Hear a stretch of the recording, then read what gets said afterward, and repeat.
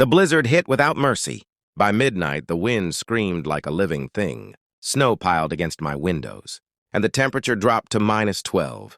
Power lines snapped somewhere down the road, plunging the whole valley into darkness. No electricity, no heat. Only one thing stood between my family and freezing to death: my propane tank. I had it installed legally on my land. After moving away from the HOA-controlled neighborhood, I paid for it.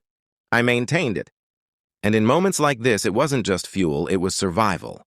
Around 2 a.m., my heater coughed, then died. I checked the gauge. Empty.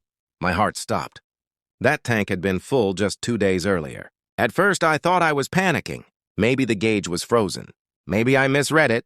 But when I stepped outside with a flashlight, fighting the wind and snow, I saw it clearly. The hose had been disconnected. Fresh. Boot prints covered in snow led away from my tank, straight toward the HOA access road. Someone hadn't borrowed propane. They had stolen it.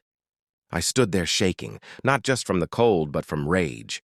My wife and kids were inside under blankets. My youngest was already coughing from the cold air creeping into the house. Roads were blocked.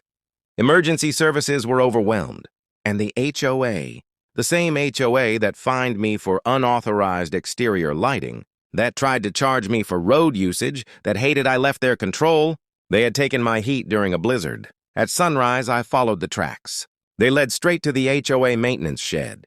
Inside, I found my propane tank, hooked up and actively feeding the HOA, President's Luxury Lodge, and 2 board members' houses. I took photos, videos, close-ups of serial numbers. Then I heard a voice behind me. "You can't be in here." It was Karen, the HOA president, wrapped in a fur-lined coat, holding a clipboard like it was a weapon. I turned slowly and said, "You stole my propane."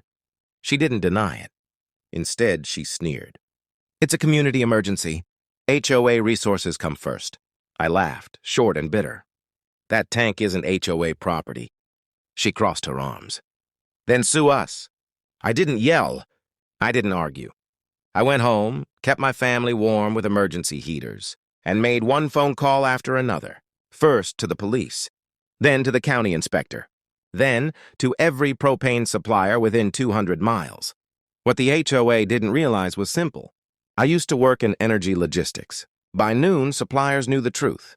The HOA had tampered with private fuel equipment, stolen regulated energy resources during a declared weather emergency, endangered a family. By evening, suppliers started pulling contracts, one by one. The HOA president's phone didn't stop ringing. The next morning, the police showed up. Karen tried to spin it as a misunderstanding. The officer cut her off.